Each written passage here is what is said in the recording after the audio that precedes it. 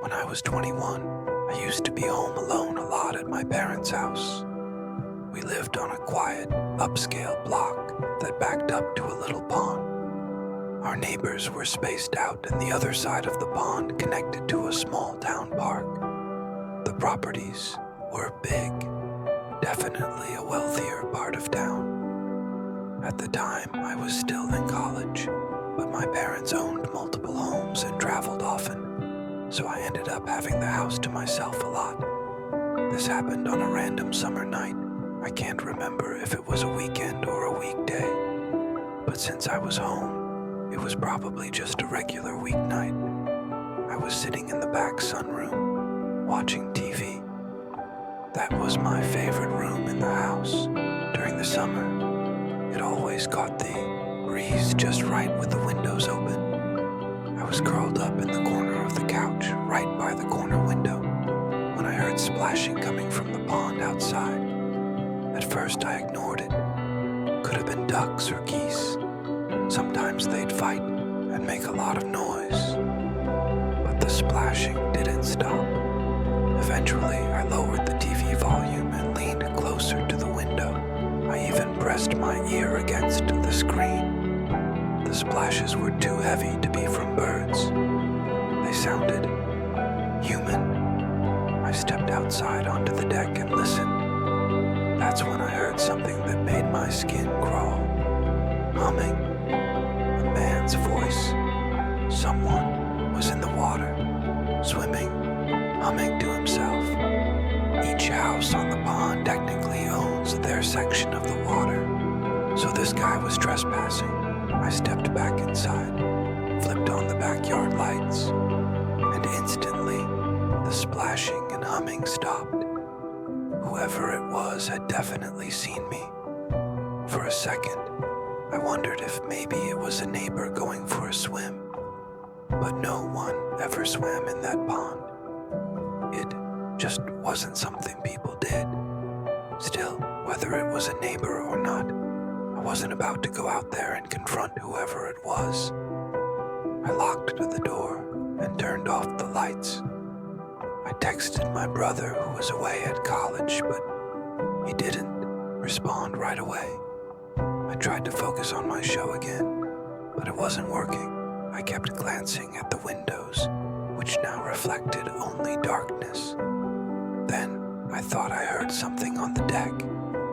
Panicking, I fumbled for the remote and turned off the TV. As the room went dark and silent, I froze, and that's when I heard it. Heavy breathing. It was coming from just outside the window. I immediately dropped flat onto the couch, trying to hide myself. Then, a deep voice spoke from outside. "I see you." My heart felt like it dropped into my stomach. I didn't know whether to speak or stay silent. In a panic, I blurted out, "Paul, is that you?" Paul was the name of one of our neighbors. I said it, hoping, praying. It was him playing some twisted joke. But the man outside didn't respond. I heard footsteps, barefoot ones, walking away from the window. I lay there in total silence for a few minutes, too scared to move. Eventually, I sprang off the couch and ran through the house, checking all the doors. Thankfully, they were locked. I messaged my family, telling them what happened. My dad told me to turn on the backyard lights and check if anyone was still there. He basically told me to be the man of the house.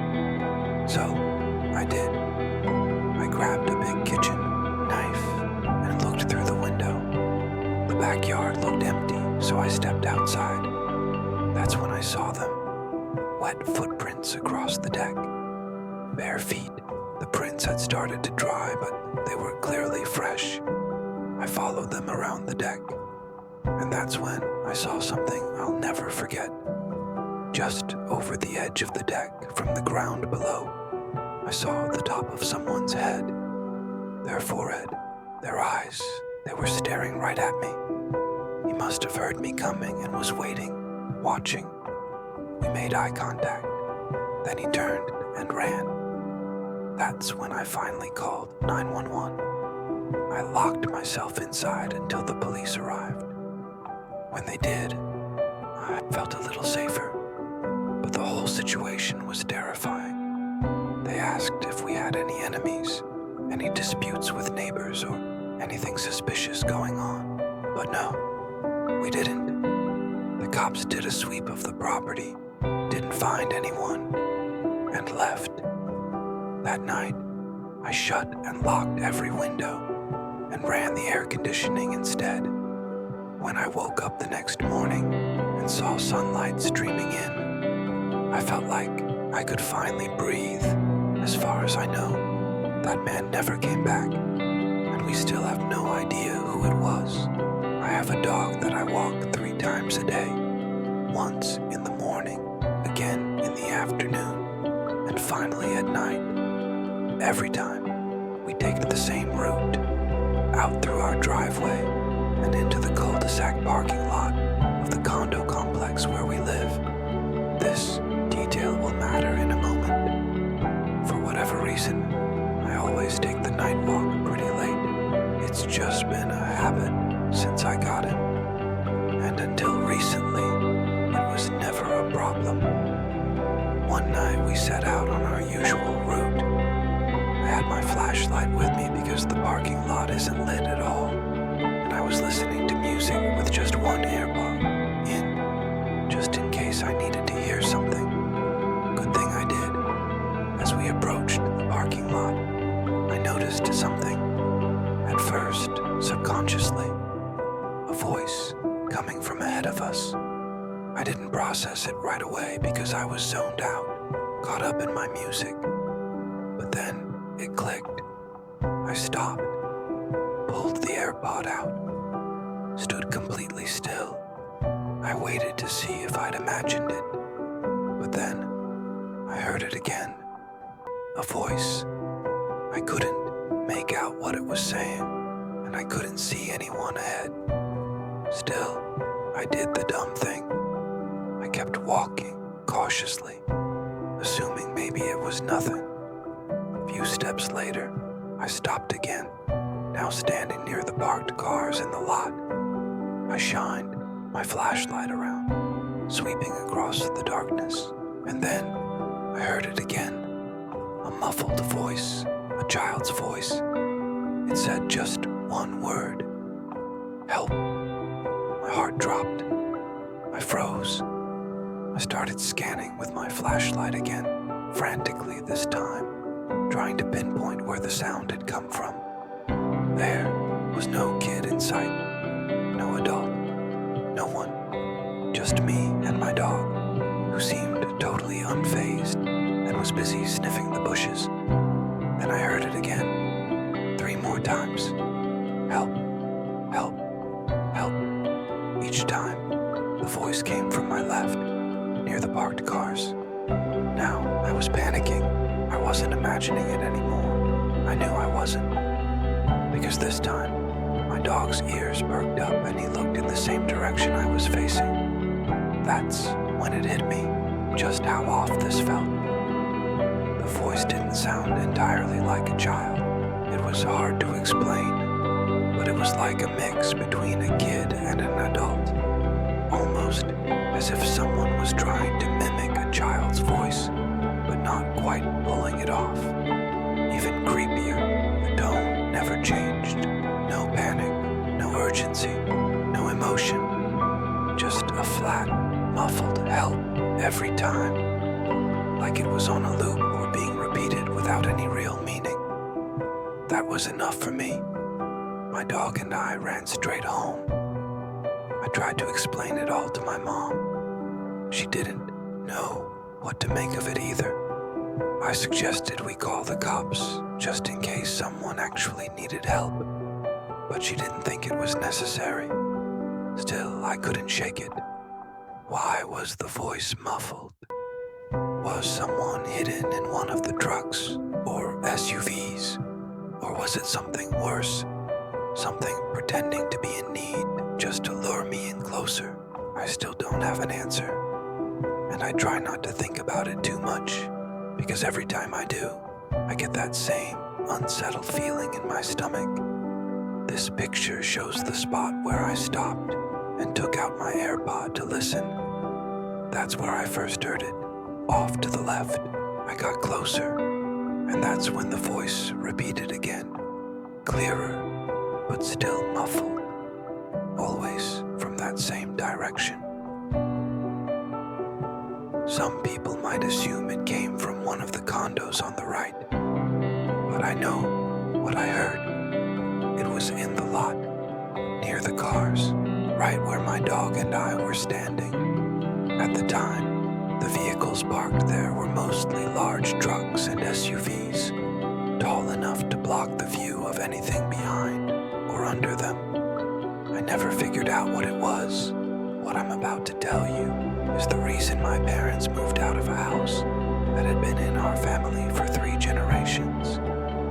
I've struggled with depression for most of my life. I'm doing a lot better now, but when I was a kid, it was brutal. I often felt useless, and that constant sadness made me isolate myself. I spent a lot of time alone in my room. The house we lived in was surrounded by woods, thick forest on 3 sides. Our nearest neighbor was a good distance away, and a stretch of trees separated our property from theirs. My bedroom was in the back corner of the house, and the 2 windows faced straight into the woods. It was a big room, which most kids would have loved, but with the darkness outside and my fear of it, it always felt too big and too quiet. I started noticing strange things around the time I turned 10. I was in 5th grade, too old to crawl into my parents' bed after a nightmare, but young enough that they still brushed things off as imagination. It started with my nightlight. It had changeable LED settings, and I always kept it on red. That was my comfort. One night, though, I woke up randomly, unusual for me, and before drifting back to sleep, I noticed the light was a different color. Didn't think much of it until it happened again, about a week later. This time I was sure it hadn't been red when I fell asleep. I asked my parents if they had messed with it. They had no idea what I was talking about. They told me the thing was probably glitchy. It wasn't new after all. I accepted that explanation. Until one morning, I woke up and the nightlight was completely unplugged, just sitting there on the floor. I brought it up again, and my parents brushed it off. My dad told me I was too old for a nightlight anyway, and should be focusing on school. Then, a few days later, the nightlight vanished, gone. That was the moment I knew something was off. Either my parents were lying and had taken it from me behind my back, or something else had. We had a massive fight. I accused them of taking it. They accused me of misplacing it. No one backed down. Nothing was resolved. Things went quiet for a week. Then came the waking. Every night for 4 nights straight, I woke up at some random hour. No dreams, no nightmares, just this eerie feeling that something had stirred me. I told my parents, and they blamed puberty. Said my body was just adjusting. But the next night, I stayed awake, and that's when I heard it. Faint, rustling sounds coming from my closet. I told them again. My dad actually checked the closet himself, trying to prove me wrong. Just a pile of old toys and posters. Nothing more. But it kept happening. Every night. Always around the same time. Always the same soft rustling. It was driving me insane. I begged them to listen. Finally, in frustration, my dad stormed into my room, yelling that he was going to prove there was nothing there. He yanked the closet door open and started pulling things out, tossing toys across the room. Then he ripped one of the posters off the wall. That's when we all froze. Behind the poster was a hole, a massive hole in the drywall. My mom screamed. My dad grabbed a flashlight and tried to see where it led, but the hole was too deep and too dark. He ran outside and began circling the house with the flashlight. That's when he found it, a small hole in the dirt at the back of the house. A little digging revealed something terrifying. A tunnel, a literal passageway from the woods straight to my bedroom wall. My mom and I left that night. We stayed at my aunt's house until we could move. I never slept in that house again. To this day, my parents won't talk about it. I think they feel guilty for not believing me sooner. It's sickening to think about what could have been happening during those nights I woke up.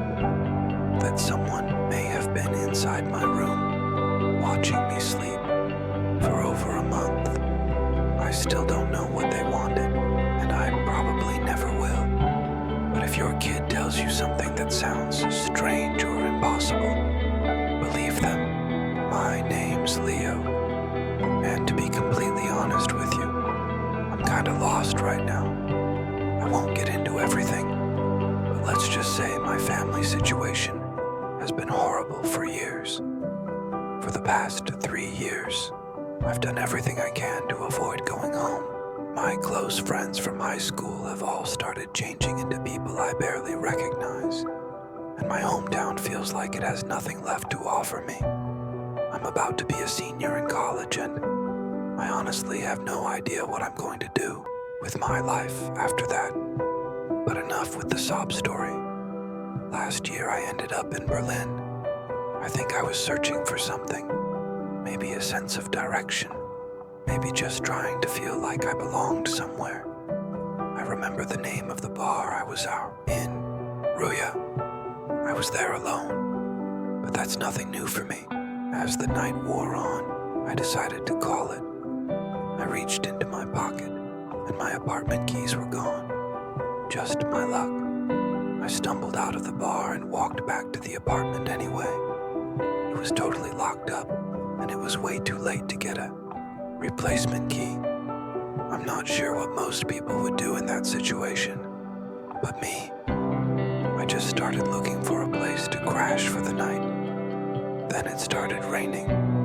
Eventually, I found shelter under a nearby bridge. I had no clue where I actually was, but I was dry and out of the wind. It was enough. As I lay there drifting off, I began to hear faint voices, low, muffled, coming from across the river. I sat up slowly. There were 5 men standing on the opposite bank. They had a small boat tied off nearby. At first, they didn't seem to notice me, but I quickly realized what I was watching. Some kind of drug deal or something just as shady. I didn't speak much German, but I didn't need to understand the words to recognize what was happening. Briefcases and duffel bags were being passed around. Money, product, whatever.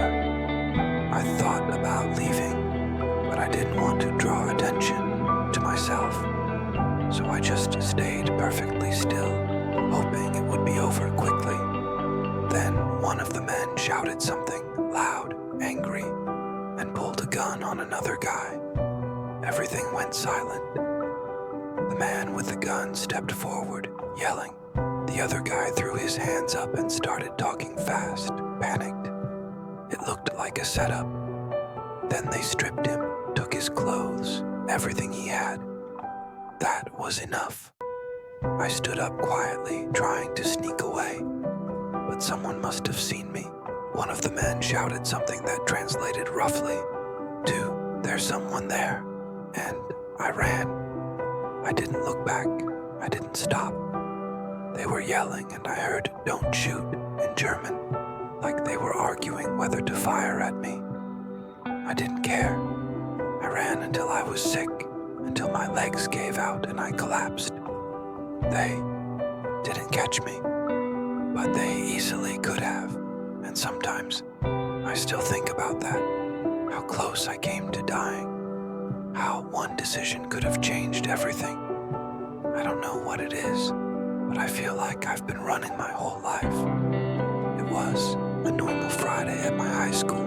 I was walking down the hallway with my friend Emma. She was talking about God knows what, and I was doing my best to just get through the day. I had a lot going on at home.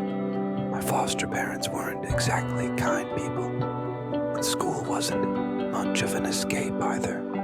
As we passed the lunchroom, I suddenly had to use the bathroom. I asked Emma if she needed to go too. She said no and waited outside. The bathroom was empty, which was weird because that one was usually packed during the day, but I didn't think much of it. I went into a stall and sat down. A few seconds later, I heard the door open and close, someone else entering, but I didn't hear them walk any further. No footsteps, no sounds of another stall opening, nothing. I figured maybe they were hiding from an admin or skipping class. I stood up and started buttoning my jeans, casually reading the graffiti on the wall. Just the usual dumb quotes and rants about teachers. Then I heard the door again, open, then shut. I assumed the person had left. I came out of the stall, and right as I stepped into the hallway, Emma was standing there, staring at me with this disturbed look on her face. I asked what was wrong. She said, "Who was that standing behind you in the stall?" I felt my blood run cold. I told her nobody was in there with me and to stop messing with me. But she didn't smile. She didn't laugh. She looked me dead in the eyes and said, "I'm not joking. I walked in right before you came out. I saw someone else in that stall, standing right behind you. Their shoes were almost touching yours." She had left immediately, too freaked out to say anything. She didn't want to see what was going on. I told her again, there was no one else in that stall. But I remembered that strange moment, the sound of the door opening, then silence. I'd assumed someone came in and then left. But what if they never did? We told an admin. She tried to brush it off, said Emma was probably pulling a prank or making it up. But Emma doesn't joke like that. She's never serious about anything. That day, though, she was pale and dead serious. It's been years since then. I'm 18 now, and I still think about it.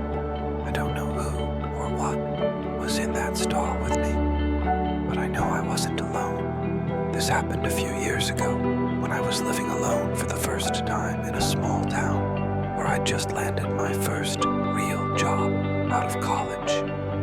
The house I was renting was modest, just one floor, 2 bedrooms, 1 bathroom, and enough space for me to live comfortably and occasionally host a friend. I'd been living there for a few weeks already, and things seemed fine.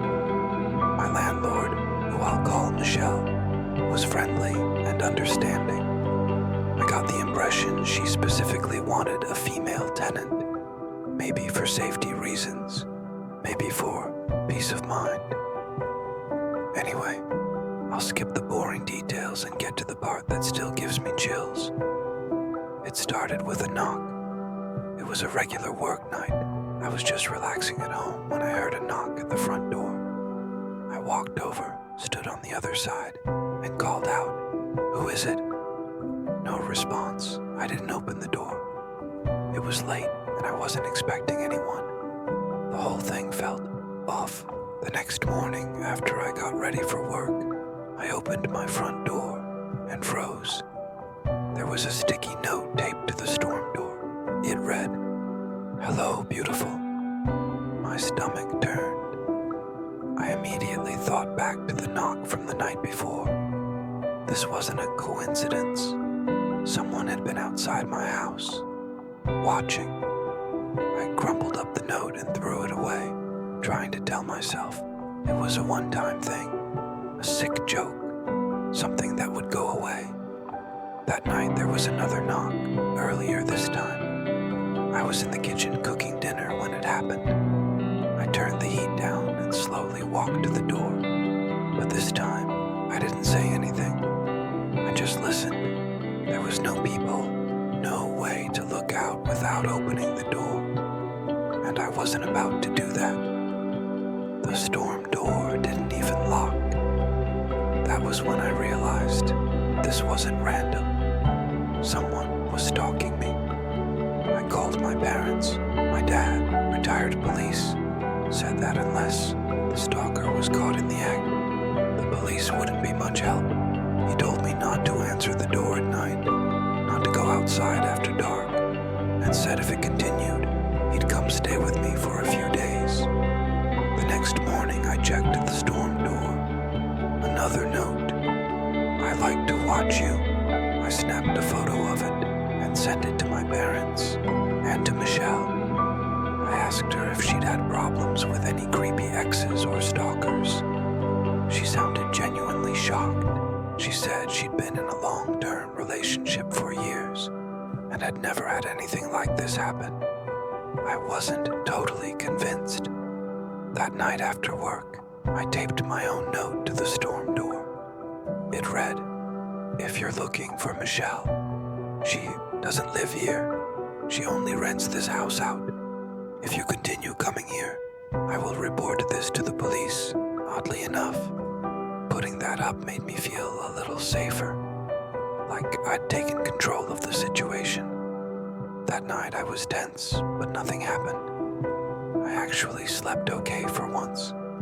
But the next morning, when I went to remove my note, I realized something. It wasn't my note anymore. It was a new one. It read, "I'm not looking for Michelle. I'm looking for you. My name. I like watching you." I felt sick. I sent the photo to my dad immediately, and he packed a bag and drove up that same morning. He was at my house waiting by the time I got off work.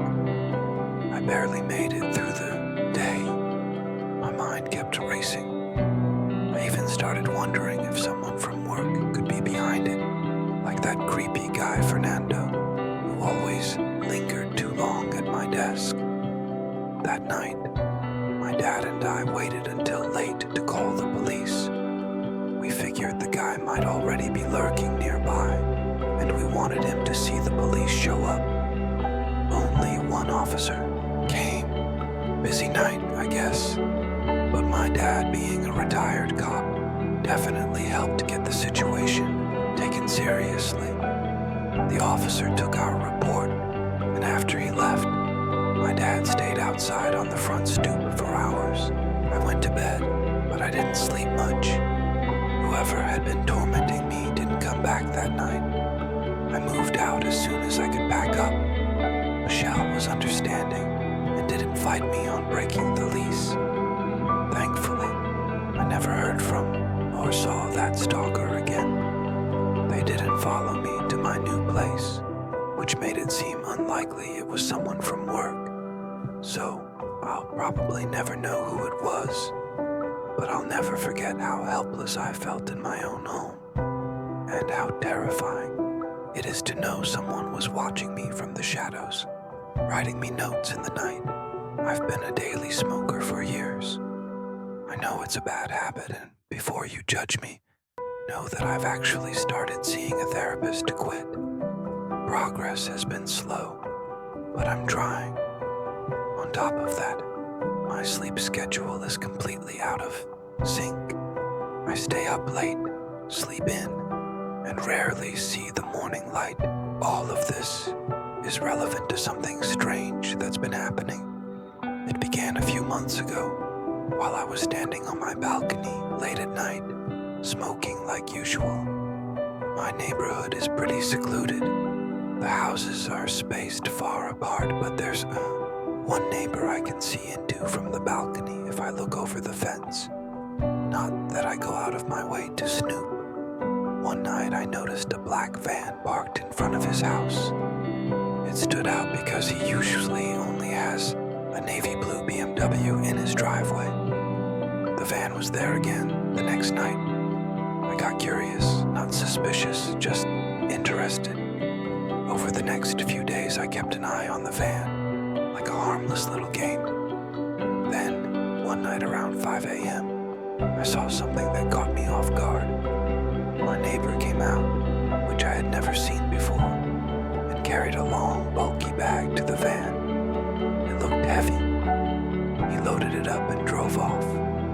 It struck me as strange, but I brushed it off. Still, curiosity got the better of me. I started spending time on the balcony with my laptop, watching for when the van would show up again. Sure enough, it did. This time, he took a similar bag from the van into his house. Something didn't sit right with me. Eventually, I decided I needed to know more. The next time he left, I followed at a distance. The van drove out to a dirt path leading into a wooded area and stopped at what looked like an old gas station. I didn't get too close, just watched from afar. It looked abandoned, but well maintained in an odd way. Later that night, I returned and tried to look around. I didn't go inside. I didn't break anything, but the whole place gave me the creeps. Still, I reported what I saw to the police, just in case. The next morning, I woke up to a line of police cars outside his house. My neighbor was being escorted out in handcuffs. I never found out the full story. Every time I've asked, the police remain tight-lipped. The path to that gas station has since been blocked off. I sometimes wonder what was really going on out there. As if that wasn't enough. Around the same time, my dreams started to change. I've always been a heavy sleeper, and nightmares never bothered me much. But then, I had one that felt different. It started with me sitting in a quiet room with family when a strange creature appeared, something out of a sci-fi movie. The dream shifted quickly to me being alone with it, frozen as it came closer. I jolted awake in a cold sweat. The next night I woke up to find my bedroom door open. A rare thing unless I forget to close it. My roommate Trish said she hadn't come in, which made it feel more unsettling. Then came another nightmare. Same creature. Only now I was in a pitch black room, and it was right in front of me. That night I woke up with a stinging feeling on my leg. I checked, and there was a scratch on my thigh. Not deep, but enough to make me uneasy. I called for Trish and we searched the room top to bottom, but found nothing. Then, we heard something. A faint noise from under the bed. We didn't scream. We just looked at each other, then left the room and went next door for help. Our neighbor let us call the police. When they arrived, they searched the apartment, but whoever had been there was already gone. After that night, I couldn't help but draw connections between my dreams and real life. It felt like the line between the two had blurred. Someone had likely been sneaking into our apartment while we slept, and that's a thought I still struggle to process. These events changed how I view everything. My habits, my home, even my sleep. And honestly, I don't think I'll ever sleep quite the same way again. This happened when I was a little kid, living in our old house in Suffolk County, Long Island. I must have been around 6 or 7 at the time. My older brother and I shared a room upstairs, a space that used to be a separate apartment, rented out to an elderly woman. After she moved out, the whole top floor was pretty much ours. The layout was simple. At the top of the stairs, our bedroom was to the left. Straight ahead was a small bathroom, and to the right, there was an old kitchen and an extra bedroom. Our bedroom was massive and packed with toys, board games, stuffed animals, action figures, you name it. We even had two crawl-in closets on opposite sides of the room, filled with even more toys. But there was one toy in particular, a race car. It had buttons that lit up and played all kinds of sounds. Honking, revving, a rock tune. Classic stuff. It had belonged to my brother for years. One random night, my brother and I were lying in bed, not quite asleep yet, when, out of nowhere, the toy car suddenly lit up and blasted a loud engine rev sound. It startled both of us like a jump scare in a horror movie. I immediately accused my brother of doing it to scare me, but he just laughed and swore he hadn't touched it. The car stopped after a few seconds, but I was completely freaked out. Eventually, I managed to fall asleep, trying to forget about it. Nothing happened for a while, until another night. Again, we were in bed when we both heard a strange thud from across the room. My brother tried to creep me out, whispering that it was a ghost. I told him to knock it off or I'd get Mom. That's when we both noticed it. The toy car had turned on again, its lights glowing faintly in the corner. I bolted down the stairs, yelling for my mom, insisting something was wrong in our room. My brother came down right after me, and our mom, thinking he was playing a prank, told him to stop. He denied it, saying he was in bed the whole time. He had no way to turn on the toy from across the room. That night I slept in my parents' room. A long time passed without any weirdness. But then, one night, everything changed. My brother was out, probably at a sleepover, and I had the room to myself. I had asked my mom to leave the door open because I always hated sleeping alone. The race car had long been banished to the extra room across the hall. Still, I couldn't shake that unease. I laid there, eyes open, just listening to the hum of the AC. That's when I heard a sound I still can't explain. Something subtle but wrong. I flipped over to face the door, and to my horror, the race car rolled into the room. Its lights were flashing again. I screamed louder than I ever had before, pressing myself against the wall. My parents came running upstairs and found the toy car in the middle of the room. Through tears, I swore someone had pushed it in. My dad checked every corner of the upstairs, closets, under the beds, everywhere, but he didn't find anything. Now, here's the thing. That toy didn't have a feature that let it move on its own. It had no motor, no wheels that turned by themselves. Nothing like that. My dad ended up smashing the toy and throwing it away in the neighbor's trash just to make me feel better. I slept in their room for a while after that, until eventually my dad convinced me to move back upstairs. That story is why, even to this day, I believe there's more to this world than we understand. I don't know what that was, but I'll never forget how it made me feel.